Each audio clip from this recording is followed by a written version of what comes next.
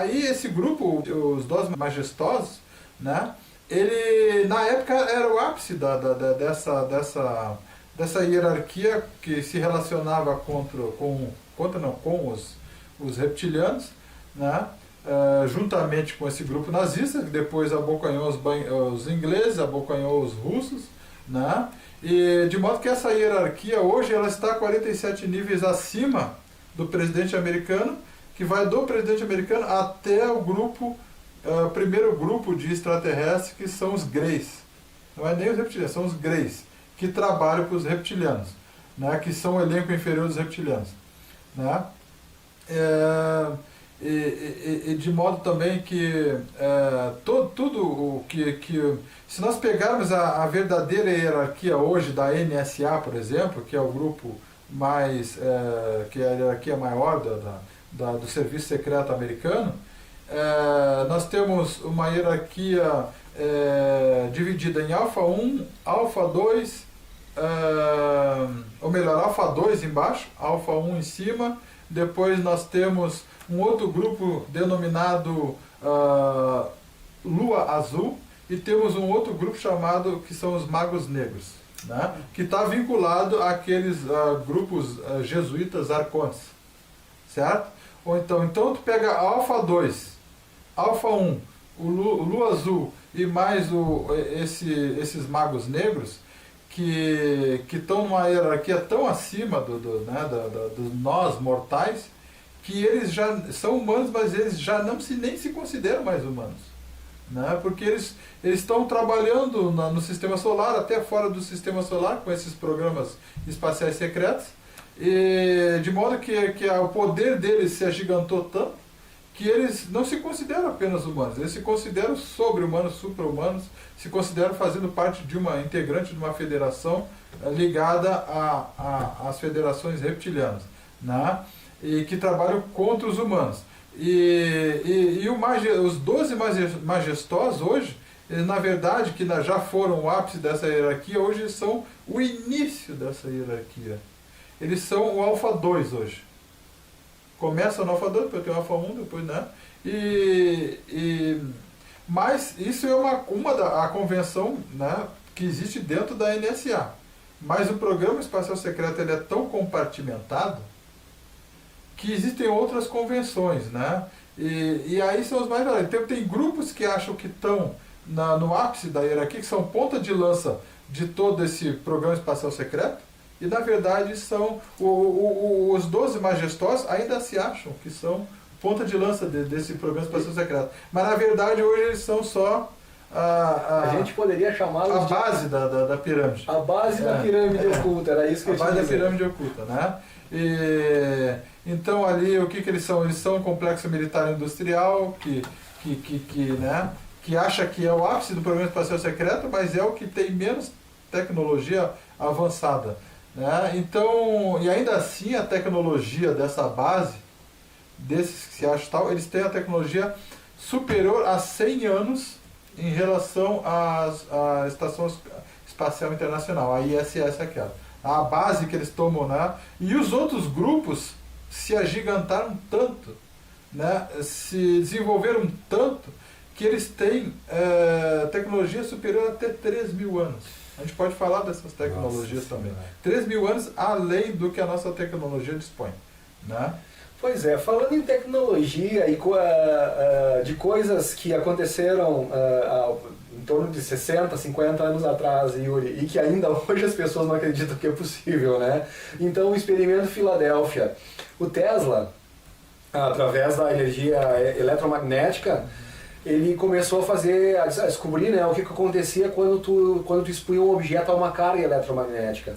Os caras que roubaram, vamos dizer, essa tecnologia do Tesla, eles começaram a fazer esse experimento. Num primeiro momento eles queriam tornar um navio apenas invisível, né? Eles botaram uma carga magnética nesse navio e detalhe, com os marujos dentro, né? Eles não se preocuparam em tirar os marujos dentro do navio.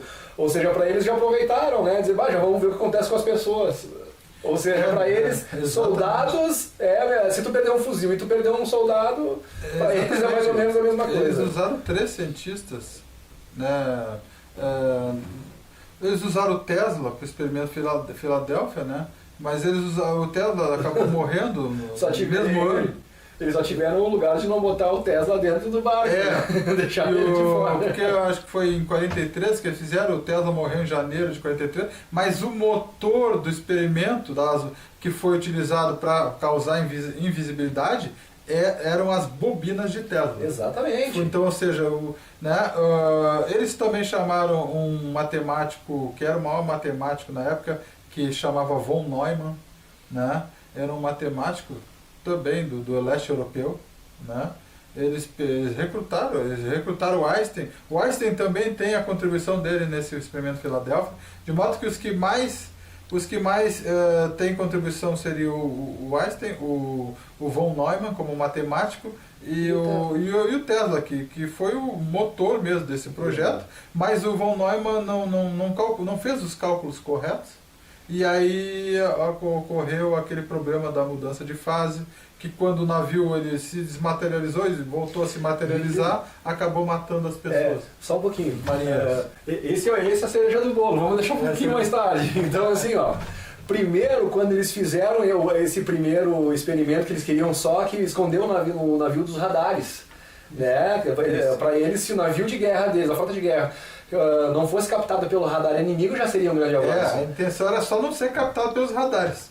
Só que eles acabaram atingindo a invisibilidade mesmo, né? E aí eles resolveram levar esse teste para um outro nível, que daí é esse que tu fala, né? O que acontece se nós aumentar essa carga eletromagnética? Aí, por favor... Aí eles fizeram o teste, o navio desapareceu um tempo, isso em 1943, se não me engano, e aí ele ficou uns minutos, né, desaparecido, ele se materializou num outro porto americano, né, e que as pessoas foram testemunhas de ver esse navio, né, e aí depois de tempo ele se desmaterializou lá desse porto, voltou para o local onde ele estava, né, o local dele de origem, e nesse meio tempo, o que aconteceu nesse processo de invisibilidade? Houve a mudança de fase. A mudança de fase é que os marinheiros não sabiam do tipo de experimento que eles estavam passando, né? Não foi dito a eles, eles não foram orientados, porque senão eles também nem participariam, né? Porque seria muito perigoso. A mudança de fase, o que aconteceu no navio, eles começaram a atravessar as paredes, começaram a caminhar e atravessar as paredes do navio, e o pessoal começou a ter um grau de histeria muito acentuado, porque eles começaram a ficar com medo. As pessoas, de repente, eu estou no navio, começo a atravessar as paredes, né? Vejo as pessoas atravessando as paredes, né? E o pessoal começou a enlouquecer, né? E aí o pessoal começou a correr, a dar aquele problema de histeria coletiva dentro do navio. Quando ele se materializou de novo, né, no local de origem dele, ocorreu uma nova mudança de fase, e aquelas pessoas que estavam atravessando as paredes ficaram incrustadas nas paredes, né, e acabaram morrendo. Eu vi uma foto disso, cara. E aqueles que não ficaram incrustados nas paredes, eles receberam um nível de radiação que uma semana, um mês depois do experimento, eles acabaram tendo acabaram pegando fogo, né, que é aquela combustão espontânea, né? Então acabaram morrendo também, né? Diz que só sobrou duas pessoas que acabaram se jogando no meio. Quando eles viram que começou a mudança de fase, viram que estava estranha, teve 2 marinheiros que se jogaram no mar, né? E esses daí se salvaram, né? Mas depois morreram. Dizem que estão vivos até hoje, porque esses marinheiros, um deles é o Al Bielek, né? E parece que o irmão dele, né? Eles estão dando palestras hoje, né? Dizem seres os únicos sobreviventes, né, do projeto Filadélfia, né? Mas não tem como comprovar, né? Pode ser que seja uma desinformação, pode ser que, ou se for verdade, a gente teria que averiguar também mais a fundo para saber tudo que acabou se desdobrando em relação a isso, né? Porque depois ainda gerou o projeto Montauk, que foi o projeto Filadélfia, que deu certo. Eles conseguiram fazer uma série de coisas, né? E que foi ali em Montauk, ali na região de Nova York também, né? Eu andei lendo sobre o projeto Montauk. Que era a região deles ali, a região mais Illuminati do mundo é ali, Long Island, Montauk ali, tudo ali perto ali de Nova York, naquela região. O Jordan Maxwell fala sobre o projeto Montauk também, numa entrevista que ele dá no projeto Camelot. Pois é, Yuri, então assim, ó, tu vê que desde aquela época lá o pessoal já estava lidando com teletransporte, né? Desmaterializando aqui, materializando lá. Então, quando o Andrew Basiago e o Arthur Neumann, que na verdade é o Henry Deacon, né? Ele se apresentou como Henry Deacon para que não soubesse o nome verdadeiro dele, que é o Arthur Neumann, codinome. E daí esse Arthur Neumann, cara, ele foi a Marte.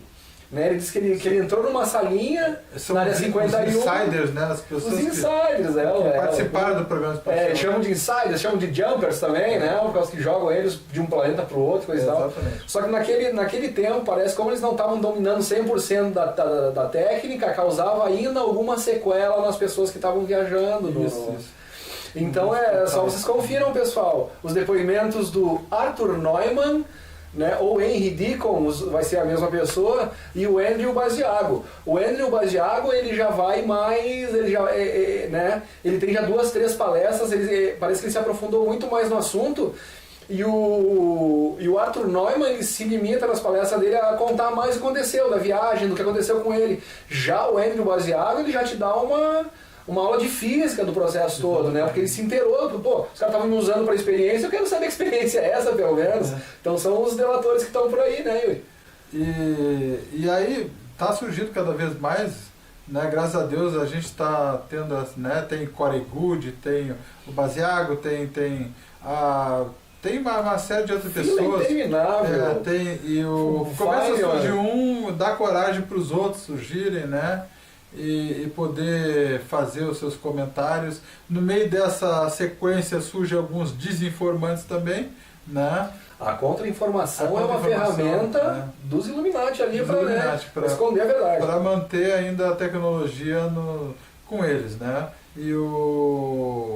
Agora, qual foi a tecnologia que eles utilizam, que é 3.000 anos à nossa frente, né? Por exemplo, vamos dar nome aos bois. Essas tecnologias, né? Por exemplo, uma delas é a cura de todas as doenças, né? Que aí também não é uma dessas daí, da cura de todas as doenças, não foi nem de nenhum dos cientistas, não foi do Tesla, foi de um outro cientista, que era um cientista que criou um instrumento chamado Simatic, na década de 40, foi um cientista suíço, né? Esse cientista suíço, ele criou uma plataforma que ele injetava a areia e água nessa plataforma, né? E aí ele usava uma frequência de 332 Hz, 440 Hz, 800 Hz, variadas frequências nessa plataforma, né, que tinha areia e água, criavam mandalas. Uma frequência criava uma mandala, né, ficava um desenho bonito em cima da plataforma ali, de acordo com a frequência que ele aplicava nessa plataforma, né? Então os cientistas da época, né, agora me lembrei do nome do cientista, é Hans Genie, o nome desse cientista, né? Ele criou essa Simatic na década de 40, né? E na época os cientistas acharam que aquilo era só um brinquedo de entretenimento, assim como nós temos uma mesa de bilhar, né, uma tábua de xadrez, essas coisas assim, e não deram bola. Eles até ridicularizaram, um grande cientista como Hans Genie, ele era uma pessoa reconhecida na época como um grande cientista, mas um grande cientista fazendo um experimento que não deu em nada, né? Mas é justamente esse experimento que não deu em nada que é o experimento que deu origem à tecnologia que cura todas as doenças.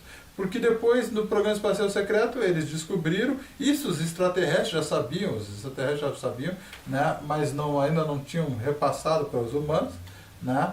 Porque eles descobriram que cada doença tem uma frequência. Então o câncer tem uma frequência, o Alzheimer tem uma frequência, todas as doenças que existem, né, no ser humano, ou nos extraterrestres, ou nos seres vivos, têm uma frequência. Então eles só precisam medir essa frequência no corpo da pessoa, como se fosse uma vacina, só que não uma vacina biológica, mas uma vacina de frequência, né? E essa vacina de frequência cura aquela doença ali. Cura qualquer doença. Cura todas as doenças. Vamos sublinhar. Todas as doenças, sublinhado, podem ser curadas com esse experimento que no início, né, era dado apenas como um brinquedo de entretenimento.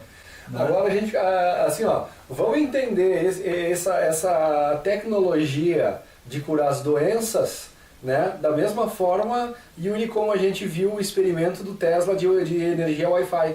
Da mesma forma como o Tesla ameaçou o JP Morgan, por causa que não ia precisar de todo o cobre que ele tinha, ameaçou o John Rockefeller da Standard Oil, por causa que não ia precisar do petróleo dele, e ameaçou o Henry Ford, por causa que não ia precisar do motor a combustão, essa tecnologia, o que vai ser de uma Bayer da vida, de uma Merck da vida, né, que são as grandes fabricantes de medicamento. Então é natural que a gente entenda o porquê que essas tecnologias não aparecem. Não precisa ser muito esperto para saber disso, né, Yuri? Exatamente. Ou seja, um monte de coisa boa que tem aí para melhorar realmente a humanidade, mas um pequeno grupo que comanda o mundo escondendo tudo isso para continuar no poder. Exatamente. É bem isso mesmo. É a mesma velha história de sempre. É a mesma velha história de sempre, né? Cara... Os donos do mundo querendo tudo só para eles.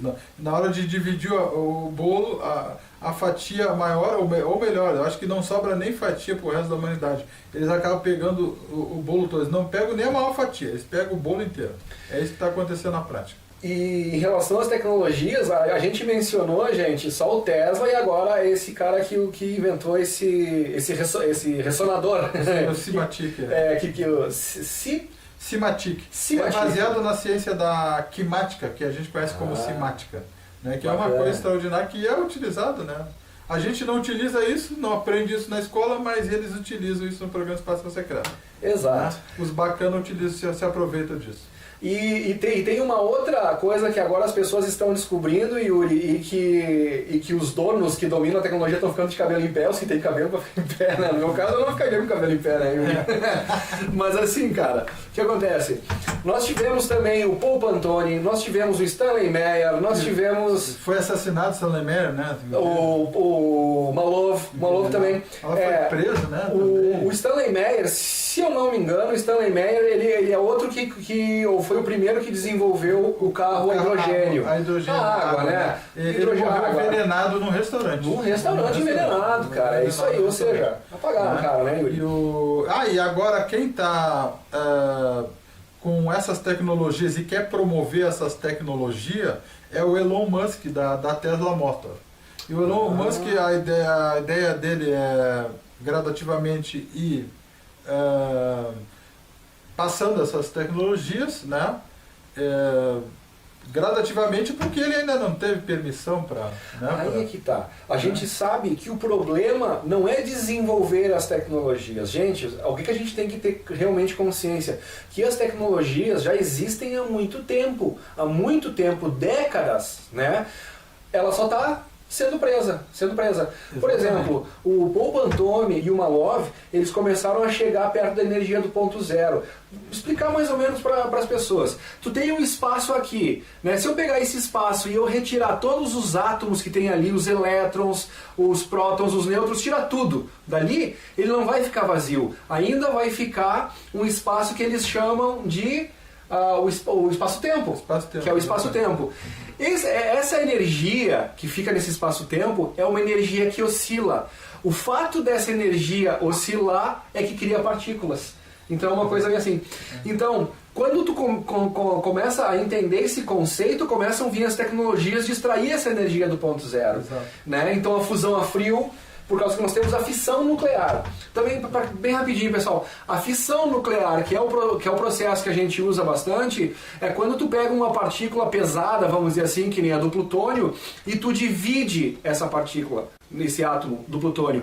Ao fazer isso, ele vai liberar energia. Mas se as partículas são muito leves, que é o caso do hidrogênio, aí eles fazem um processo diferente, eles fazem o processo de fusão nuclear, que é diferente. Por exemplo, o LHC, que é o nosso acelerador de partículas lá, o CERN, né, em Genebra, na Suíça, é justamente isso. É um túnel de 27 quilômetros circulares, onde eles mandam um feixe de prótons de um lado e eles mandam um feixe de prótons do outro lado, ambos de velocidades altíssimas para que eles se colidam. Essa colisão faz gerar uma energia absurda. Dizem que tu pode criar um buraco negro fazendo e engolir uma antimatéria. Uma antimatéria. Então, e detalhe, Yuri, só que assim, ó, eles estão dizendo que isso, o bóson de Higgs, né, a partícula de Deus, né? Aí eu descobri, cara, que isso foi tudo uma jogada de marketing, cara. Porque assim, ó, quando o cara, me fugiu o nome do autor, mas quando ele foi falar sobre o bóson de Higgs, esse bóson é uma partícula muito difícil de ela ser detectada. Então ela é tinhosa no nosso vocabulário, né? Ela é malandro, vamos dizer assim. Então os caras, aí quando eles foram lançar o livro, é a partícula de Gödel, the particle of Gödel, por causa que Gödel seria um termo de, que difícil de encontrar, que, né? Uma coisa bem sacana, assim, o termo lá, melhor dizer. E daí então o editor do livro, cara, com aquela sacada de vender o livro pela capa ou pelo nome, ele disse, cara, vamos tirar esse Gödel e bota God, a partícula de Deus. E o cara meio assim, contrariado, mas o cara tava bancando o livro, o cara ia lançar e tal, bota esse nome aí, foi. Cara, e realmente, assim, falando a nível de marketing, parece que deu certo, porque esse livro realmente vendeu mais do que venderia se fosse com outro nome, pelo que eles constataram. Porém, dos cientistas que estavam dentro do CERN lá, tinha uma galera que eles são extremamente religiosos e outros que são ateus. E eles trabalham juntos e se respeitam e se entendem, cada um com seus princípios. E essa jogada de chamar de partícula de Deus desagradou a ambos, porque os que eram religiosos se sentiram ofendidos e os que eram ateus disseram, mas que bobagem, botar o nome de Deus numa coisa que não tem nada a ver com Deus. Então, pessoal, assim, vamos desassociar a partícula de Deus, que é o bóson de Higgs, que não tem nada a ver, entendeu, gente? Então é mais ou menos isso. Então, só para voltar agora naquela questão que a gente falou. Então, o Malov, o Paul Pantone, o Stanley Meyer, cara, eles foram ameaçados, alguns assassinados, e tem um deles que foi preso, né? O Paul Pantone foi preso. Foi preso de maneira completamente covarde, da mesma maneira que eles estão fazendo agora nessa Lava Jato, prendendo covardemente determinadas pessoas. Né? Não estou generalizando. Não, é só o caso da eletronuclear, né? O cara da eletronuclear lá, né? Que tinha, a gente idolatra o Moro. Tecnologias de energia livre, né? E aí também relembrando o Elon Musk, além de ele estar envolvido na questão da liberação das energias livres, das tecnologias de energia livre, né, e tecnologias avançadas para a humanidade, ele também está envolvido na futura questão da colonização da Lua, de Marte, porque à medida que forem sendo liberadas essas tecnologias, né, mais avançadas e tecnologias livres, a gente vai poder conquistar o espaço sem limites. Né? Então eles vão poder construir qualquer coisa em Marte, construir qualquer coisa na Lua, construir qualquer coisa em outros planetas, né?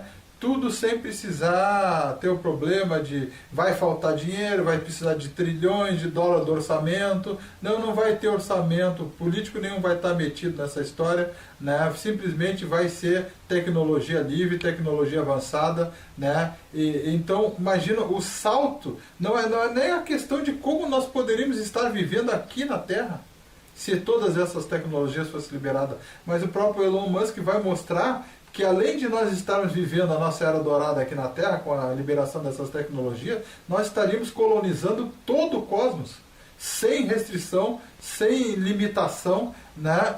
Porque as tecnologias que seriam utilizadas aqui seriam muito bem aproveitadas em qualquer outro planeta também. E não importa se ele é mais longínquo ou mais próximo da Terra. Eu arriscaria dizer até, Yuri, em co-colonizando. Porque a gente sabe que existe, né, se analisar a fundo o programa espacial secreto, já existem essas colônias em Marte, né, existe, só que são de escravos humanos. Exatamente. Né, vale a pena conferir e aprofundar isso, né, mas as próximas colônias que estão querendo se criar são de pessoas que vão, pessoas livres, não de escravos, pessoas, a gente vai libertar a Terra com a liberação dessa tecnologia e vamos libertar o sistema solar inteiro dessas colônias, dessas pessoas que estão sendo escravizadas também. Então, quanto magnífico que é que a gente vai poder usufruir dessas tecnologias, e não só dessas tecnologias, mas vamos poder também usufruir da nossa liberdade aqui na Terra, fora da Terra, em Marte, seja lá onde for. né? Tecnologia e liberdade, essa é o futuro da humanidade, porque é aquela coisa, né? O jogo acabou, the game is over para esse grupo Illuminati, eles não estão aceitando, mas o caso é que acabou, e esse vai ser o nosso futuro, a nossa era dourada aqui na Terra e fora da Terra, inclusive. É só uma questão de tempo, pessoal. Então, pensamento positivo, vibrações positivas para tu poder encarar essa quinta dimensão numa boa e pra gente poder, né, ser merecedor dessa coisa boa que tá por vir, né, Yuri? Dessa bênção tecnológica, dessa bênção fraterna que vai unir a humanidade, né? E vai acabar essa história de que é preciso dinheiro do orçamento, é preciso dinheiro, né? E não tem dinheiro, aquela velha desculpa, não vai ter dinheiro, vai ter tecnologia e aí não vai ter essa preocupação com dinheiro. A gente não vai precisar de dinheiro simplesmente porque o dinheiro não vai existir mais, não vai ter essa, é uma outra relação, né, de troca das pessoas, né? Isso. É isso aí.